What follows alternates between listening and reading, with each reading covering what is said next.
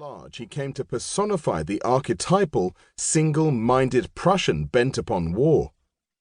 To the German people, however, in his heyday, he was a hero, and worshipped by the soldiers too. On the other hand, powerful adversaries within the Wehrmacht regarded him as a threat to the sanctity of their caste, while to influential members of the Nazi hierarchy he represented much that was repugnant to them about army officers, even though at times he seemed closer to their way of thinking than most of the general staff. And of them all, nobody seemed more confused in his relationship with Guderian than Adolf Hitler himself. The recording of Guderian's activities has been warped by the prejudices that were generated by his impulsive and persuasive maverick spirit. Inevitably, the predispositions of Orthodox people were hostile to him, and jealousy was nursed by the casualties of a fierce internecine struggle that took place within a revolutionary German hierarchy.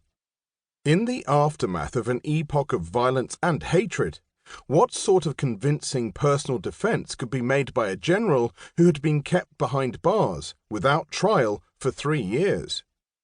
In the pages of Erinnerungen eines Soldaten, hereafter called by its English title of Panzer Leader, Guderian wrote what was, in effect, an account of the raising of the Panzertruppe interwoven with a defense of his activities in the years that followed. Since its publication, it has become a standard reference work in connection with the Panzertruppe and Guderian, though it is wide open to criticism, as all autobiographies must be. Apart from its omissions, it measures up well by standards of accuracy because the complete Guderian family archives were preserved. As a balanced description of the man, however, it is strangely deficient. Partly this is explained by the non-availability, at the time of composition, of official records from which he could refresh and widen his knowledge, and partly by the lack of other men's memoirs. But to some extent Guderian proved his own worst advocate in that he denied the reader insight into his background and a sight of the fundamental evidence which displayed the man in the making and in his true colours. He chose to reduce the story of his first 35 years to a mere couple of pages, and thus concealed the cause of so much that came to pass. The reasons for this are not entirely obscure. There seems to have been a certain presumption on his part of an unchallengeable integrity, a reasonable notion as it happens, but one that, at times, makes him sound almost too good to be true.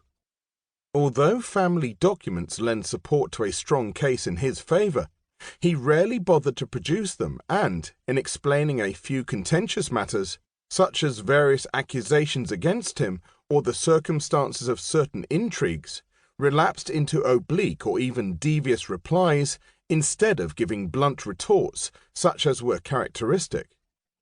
Even to his tormentors he extended an almost exaggerated generosity that weakened his own case. However, it must be realized that Guderian assembled the memoirs under conditions of peculiar stress. Largely, the material was collected while he was a prisoner of the Americans, by whom he was interrogated in the search for evidence against both himself and his old comrades.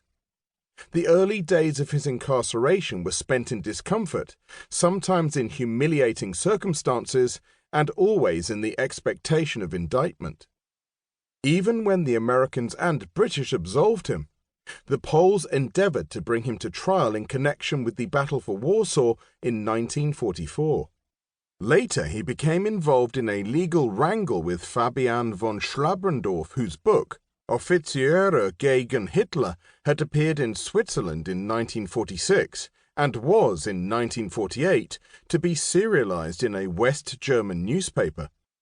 Sections of that book were harmful to Guderian. They not only stimulated the distaste of those who already detested him, but drove Guderian to defend himself at law. Although Schlabrendorff was induced to recant publicly in 1948, the damage had been done. Schlabrendorff's first edition was quoted, and still is.